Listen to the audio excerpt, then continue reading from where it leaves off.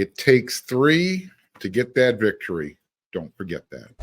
You are Locked On Trojans, your daily podcast on the USC Trojans, part of the Locked On Podcast Network, your team every day.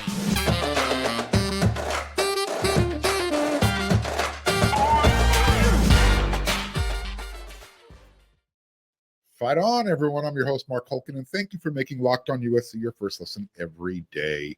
Whether you're going to watch this show on YouTube or wherever you want to download your podcast, please remember this show is free, and never forget how much I appreciate your support. You can show that appreciation if you're watching on YouTube.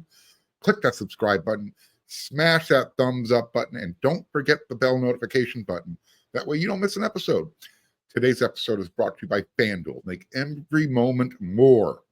Right now, new customers, you're going to get $150 in bonus bets guaranteed when you place a $5 bet. Visit FanDuel.com/locked-on to get started. If you're playing your third string quarterback, you're probably not going to win anyways, right? That's the narrative. That's what the fans will always say. Hey, if you're down to your third string quarterback, your season's screwed. Now, if we're talking about an extended length of time over multiple games, yeah, you're probably right. I would think USC's chances of navigating a series of games against Michigan and Wisconsin, Minnesota, Penn State, probably not going to have the most favorable outcome, right? By the way, USC faces those 4 teams in a row this coming season. So that's the example I'm using. However, for one game, sure, give me a really good, sturdy Band-Aid and Dr. Lincoln Riley call on the offensive game plan. I think it could work. I think you can win with a third string quarterback. Stay with me. Don't roll your eyes just yet. I got some examples for you. If Kyle Whittingham, know that name, USC fans? I know you do. If he can use a third string pig farmer to beat USC, then look, I don't care how bad Alex Grinch's defense was. I think USC can go Matt Fink on someone for one game as well. Keep that dream alive. Keep that goal going towards the season. And also, let's not have too much of a short-term memory gap here, because I'm old enough to remember Florida State going 13-0, and they needed their third-string quarterback just to get them there. So, advantage third-string quarterback and Matt Fink. Just saying. And that has nothing to do with how Florida State finished their season in their bowl game. The fact that they got there and then they weren't allowed to even go to the playoffs because they were using their third-string quarterback. You had how many players opt out of that game? They never wanted to play in the bowl game that they played. It just wasn't happening for them. And it showed when Georgia beat them, 63-3? Yeah. Anyways, look, so here's the other thing I think the fans, you, me, everybody, we need to start keeping this in mind. We need to start changing the way we look at how teams are going to be eligible for the playoffs. Because starting this season, we're moving to that 12-team playoff system. USC is playing in an 18-team super conference that calls themselves the Big Ten. I promise you, I can assure you, there are going to be multiple 2-loss teams making the playoffs. Maybe even a 3-loss team, depending on their strength of schedule. Said maybe. I think that if there's going to be a 3-loss exemption, that outlier is going to be reserved for a blue blood and someone who's got a really, really difficult strength of schedule, like a USC, or this year, like a Penn State. Depending on who you lose to, where, how, why, kind of look at the context of everything. Let's say that third loss happens in the conference championship game, or you're using your third string quarterback. Things to consider. That's all I'm saying. But a 2-loss team, yeah, it's going to be the norm. Take it to the bank. My point being, teams now can afford to lose a game And if the third stringer is playing in that game, again, hopefully that's taken into consideration if that team is on the bubble from getting an invite to the playoffs. So again, while the argument definitely holds water, a lot of weight if USC is forced to play multiple games with the backups backup, I think there's still plenty of evidence to support how a third string quarterback can help. USC, and the reason I'm bringing this up, USC's got Miller Moss. You've got Jake Jensen as the backup, number 2 as of right now. And you have Jayden Maiava, who, by the way, signed his commitment papers at USC today. He's in. He'll be at spring practice. He'll be in classes. So you'll have enough quarterbacks now, as well as with Roy Gage, the walk-on. Make sure nobody's arm gets tired during the spring. So got that out of the way. I wanted to go over that with you because people are thinking, you know what? Why does USC need a third quarterback? Well, I got news for you. They're going to have another one. They're going to try and get another one before spring, if not after spring. Lincoln Riley wants 4 scholarship quarterbacks. So got that out of the way. How about some quick updates about the team? This is big time news. Big time. Now, this first one here, let's say thank you, Darwin Barlo. Dude never got the run at USC that he might have deserved, but when he did, he was in there killing UCLA. Quick note on him, he's committed to North Carolina. He's going to finish off his college career as a Tar Heel playing for Mac Brown. I love Darwin Barlo, but I'm still a little upset about Mac Brown being allowed to cheat USC out of their 35th win in a row and the three-peat. Anyways, not to digress too far. In much, much bigger news, we're going to spend a few minutes on this. Edge rush coach Roy Manning. Yeah, he gave a heartfelt goodbye to the Trojan family on Thursday. He did this on social media. He's no longer a member of the USC Trojans coaching staff. What makes this bittersweet is he was literally one of the better recruiters on the staff, right?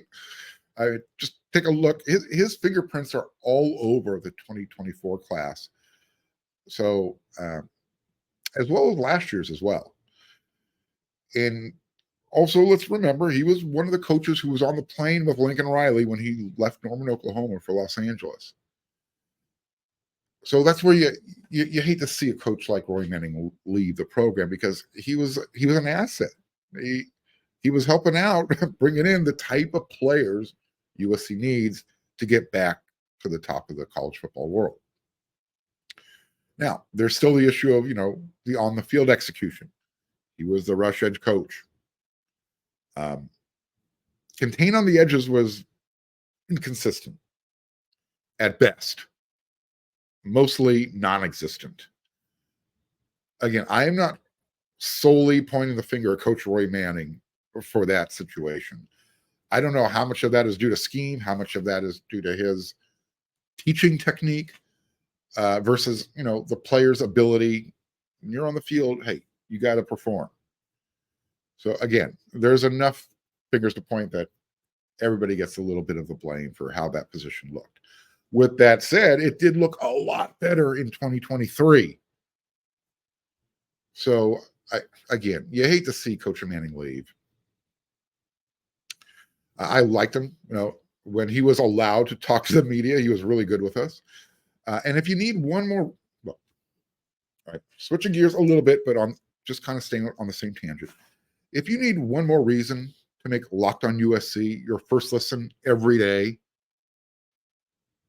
part of the Locked On Network, by the way, my everydayers, you heard me talking about the Rams defensive line coach, Eric Henderson, the other day, right? So remember when I mentioned that Eric Henderson smoke? And everyone kind of assumed that it was going to be Sean Nua who was being replaced? Not so fast, my friends. First, we've got the Rams and the Detroit Lions. They've got a date, playoff engagement this weekend. So we'll see what happens after that game. But according to Scott Schrader and his sources, it's confirmed. Eric Henderson is going to be joining the Trojans coaching staff. And as an added bonus to that, Sean Nua is going to be sticking around as well to coach. I don't know the whole details of everything, still gathering all that information, but I wanted to get that out there for you. So if you don't like the sources who are confirming this information, how about Cameron Fountain's mom? She confirmed it, I think accidentally. It happened on social media. You know, she was giving a reaction to seeing Coach Roy Manning, you know, offer his goodbye. And she was sad about that. She's developed a relationship with him. But she also said, because someone said, hey, well, you know, Eric Henderson. She goes, I know, but there it is. It's out there. We'll see when USC makes the official announcement. And truth be told, when I brought that up, the whole Eric Henderson name, I heard it. I had already known about this. So like I said, you need to make sure you're making Locked on USC your first listen every day. I'm going to bring you the most in-depth analysis. I got the sources. I got the news. So stay tuned.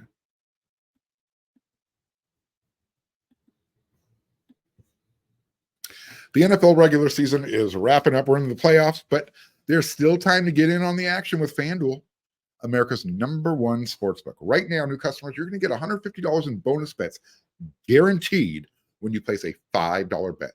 That's $150 in bonus bets, win or lose. The app is really easy to use, and there are so many different ways to bet. Like, check it out. You can do a same game parlay. You can go into their parlay hub and find different ways to parlay your action. And they've got this Explore tab that shows you different ways to find bets. They got a bunch of different ways to get in on the action at FanDuel. So visit FanDuel.com/locked on and make your first bet an easy score. FanDuel, an official partner of the NFL. You know, on this show, you get a lot of in-depth analysis and hot takes, right? We just went over it in the first segment. Well, let me give you my hottest take of the day. The best lineup in LA right now is the lineup of auto loans at Logix. They start off at the top with one of my favorites, the proven and dependable new and used vehicle loans. You can count on these guys to give you low rates and save you big time bucks. Next up, they've got an exciting new rookie sensation in their electric vehicle loans team. With super low rates and flexible payment terms, you got to check them out. Rounding out their lineup, they've got their auto refinancing loans and lease buyout loans. With these dudes, you can lower your monthly payments and get on the road to owning your car faster. Look, I know it's a hot take, but seriously, no one can beat the lineup at Logix. Visit your local Logix branch right here in LA and the surrounding area and let one of their amazing team members help you out. Or just apply online in minutes at logixbanking.com. That's LOGIX like X-ray banking.com.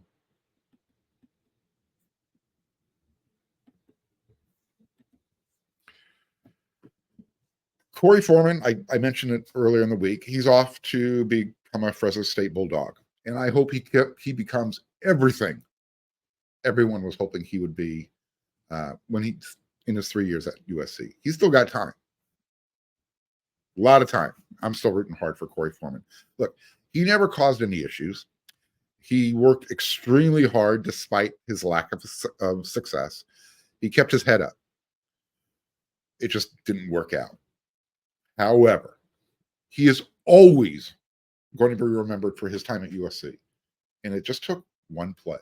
And that's what this segment is about. You know, one-hit wonder plays or, you know, USC, you know, stuff like that.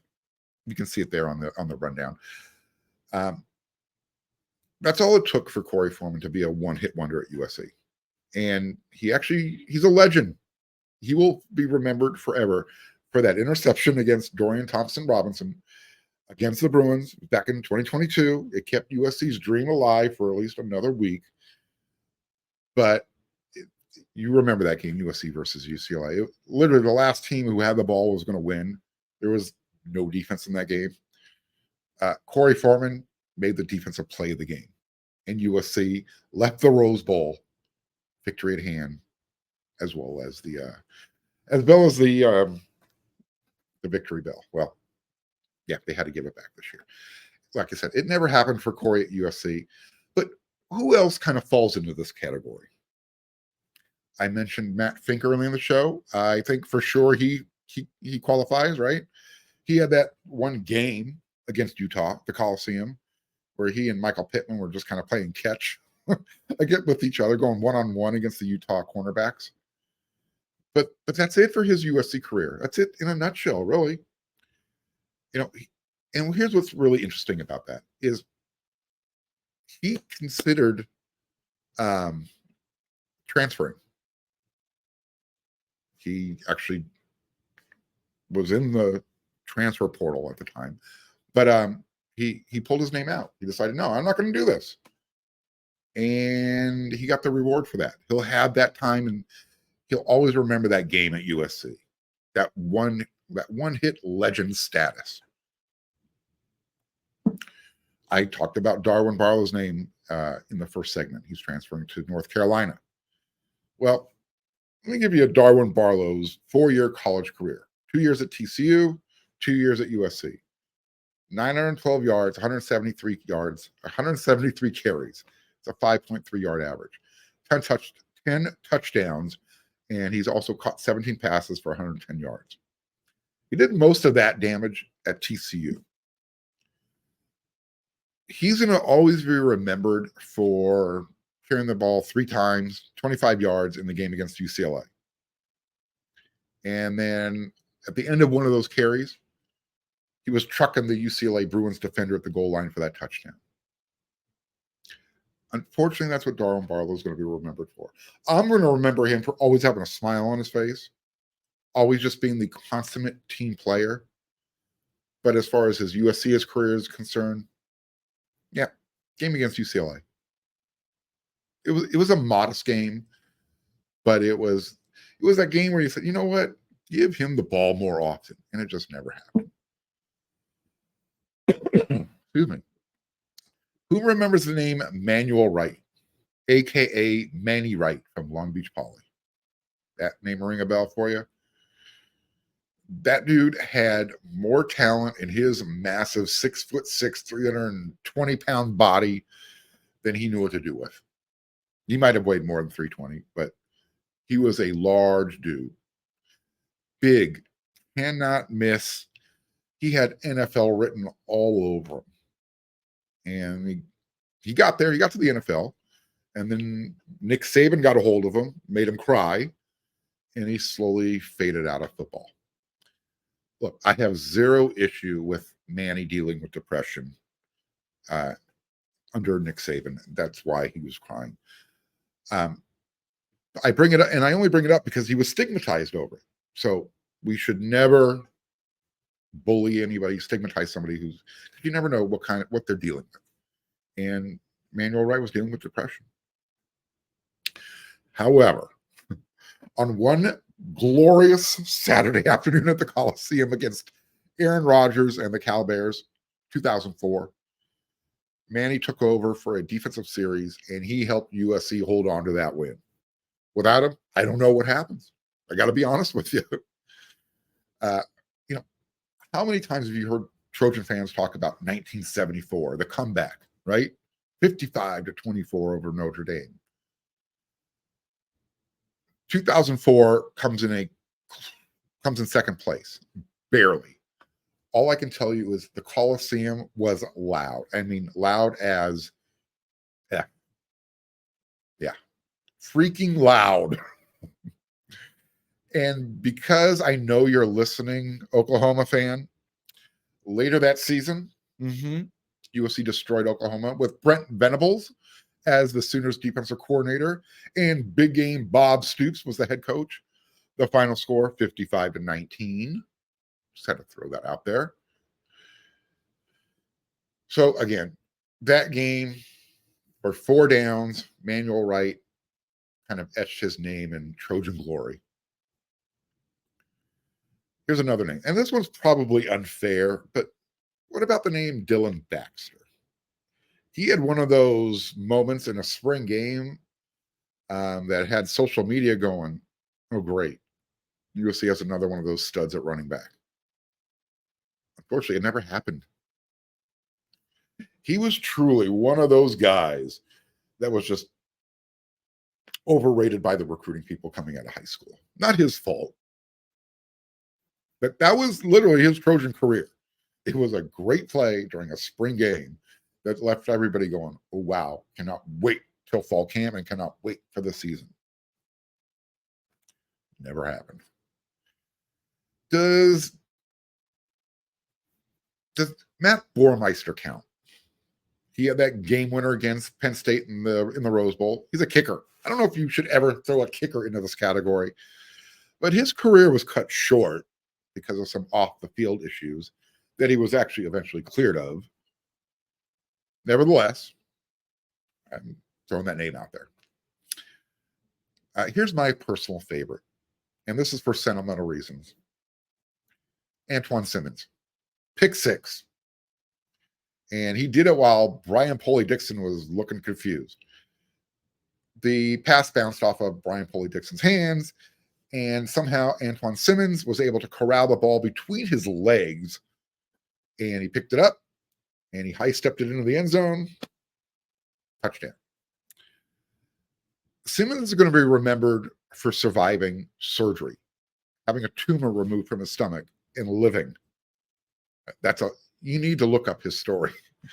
But then that comeback story has that happy ending I just talked about. That game against UCLA, getting that pick six.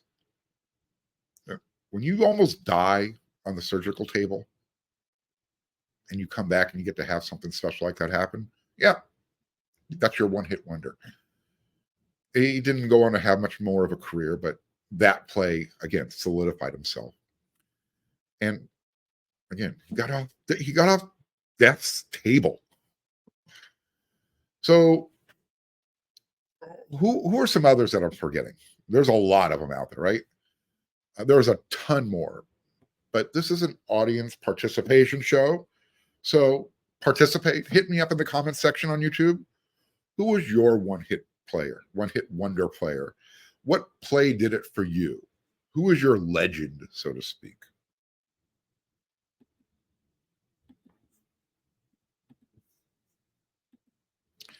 Trojan fans, you really can stop stressing out trying to get tickets to anything.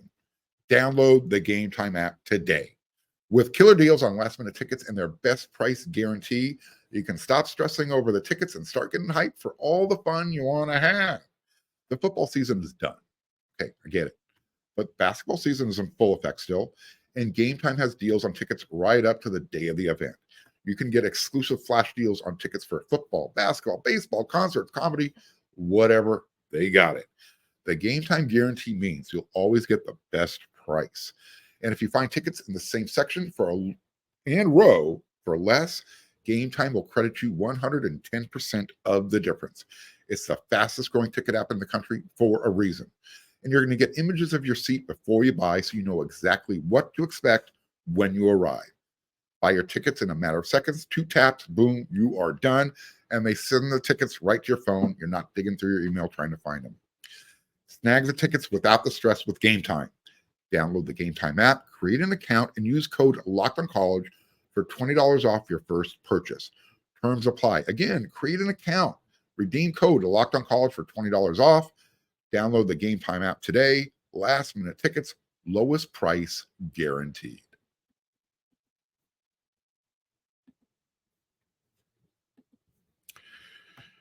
It's that time. It's that time of the week. It's that day of the week. It's time for my Friday rant. Yeah, it's time for me to get something off my chest. Kind of let you know the latest thing. It's grinding my gears, causing me to chafe a little bit. Pass the talcum powder. All right, there's a bill proposal in California that wants to mandate no tackle football for kids under the age of 12. Some of you saying, it's a big deal, Mark. Who cares? Kids under 12 shouldn't be playing tackle football, right? It's for safety concerns. California lawmakers will debate whether to ban tackle football for children under 12, a move pushed by advocates seeking to protect kids from brain damage. However, opposed by coaches who warn it could cut off youth from an important source of physical activity. I'll get into the details about that here momentarily. Here's where I'm coming from. It's kind of a question of throwing it out there. I need your feedback on this. This is a serious subject matter, actually. Does anyone else believe, because I do, that this is going to continue to lead to recruiting problems from the state of California in the future? Think about how often, how frequently Lincoln Riley has had to go out of state. Now, I get it. Part of it is he's got to develop relationships better here in the state. The other reason is he's looking for players. The sport in California is already dying slowly on the vine at the high school level. The lack of participation is, I'm going to go over those numbers at the end here. It's just it's been a slow burn. My concern is this: when kids are told that something, you're not allowed to do this anymore, and it's not fun, it's not in your best interest, that they're going to start looking for other avenues to have fun, right? They're going to start losing interest in football slowly. Look, and I understand that flag football has become increasingly, it's a big time, really popular. Here's what I'm going to say. I'm not sure the last time anyone's been to those 7-on-7 passing tournaments, flag football. However, they're becoming more and more collision oriented. I'll tell you that. It's becoming a little bit more contact than flag. And so with that said, since we're talking about flag football, and one of the things that sport teaches you is that hand-eye coordination, right? To kind of focus on the waist, because that's where those flags are. That's how you want to teach kids to tackle as well, at the waist. So I can't think of a reason why we can't start teaching 10, 11, 12-year-olds in Pop Warner football to start tackling at the waist or below. That's what you mandate. And since we're talking about better coaching and technique and being more proactive about, trying to eliminate head trauma, isn't that the best way? Start them young.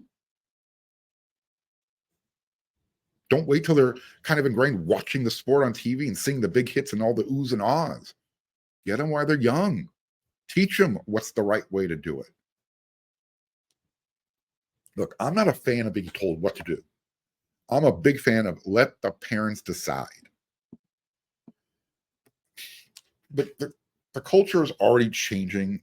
And for me, this is just another step in the direction that, in my opinion, needs to be stopped. Like I said, get better coaching. Make it mandatory to tackle below the waist. Focus on fundamentals. The coaches who are saying, well, you're restricting certain groups of youth from playing because 7-on-7 is designed. Flag football is designed for fast kids. It's a passing type of game. Well, what about the kids who are bigger? The ones who play offensive line, defensive line. Where are they going to go? What are they going to do? I was talking about the numbers. Let me throw these out there really quick for you. Tackle football at the high school level has been declining in California. Participation dropped more than 18% from 2015 through 2022. It fell from a high of 103,725 players to 84,626. And that's according to the CIF, California Interscholastic Federation. Now, I want to keep things fair and balanced. In 2023, football participation increased by 5%. So that number jumped from 84,006 to 89,1. Hopefully that's a trend. We'll see what happens. But when you start going back to this, where you're telling kids when they're young, you don't want to play tackle football. All of a sudden now they become interested in other things. And if you're aware of the demographics in the state of California, it's very, very different than the majority of the country. So again, you start doing these things, it starts piling up on itself. So I don't know. We'll see what happens. Like I said, I know personally, anecdotally, I spoke to a high school coach, big time high school, by the way, in Southern California, They were having a tough time fielding a varsity, JV, and a freshman squad. He's considering getting out of coaching because in California, things are just more difficult, and they make things more difficult on their own. Not trying to get political here, but you're starting to talk about kids playing football, other sports are involved, Title IX stuff. Yeah, it's a big stew going on right now. So this is just the latest, and let's leave football alone, okay? Parents, they know what's best for their kids. Don't put them in a league if they're not teaching them good fundamentals, and that's where you start. But that's the compromise for me. You can have the flag football programs, nothing wrong with it. But let's not get rid of Pop Warner for the younger kids, 10, 11, and 12-year-old. You want to put a mandate in? Mandate they have to tackle at the waist or below. That way you're teaching them how to protect their heads because they got to get their head to the side of the body. They don't use helmets in rugby, by the way. Just throwing it out there. So, again, I understand the concern. Totally valid point. I think it's just a bridge too far. That's my point. Here's another point for you. That's the end of this episode of Locked on USC, but I will be back with another episode. I'll be back with another 5 episodes next week because that's what we do around here. So until then, everyone, you know what to do.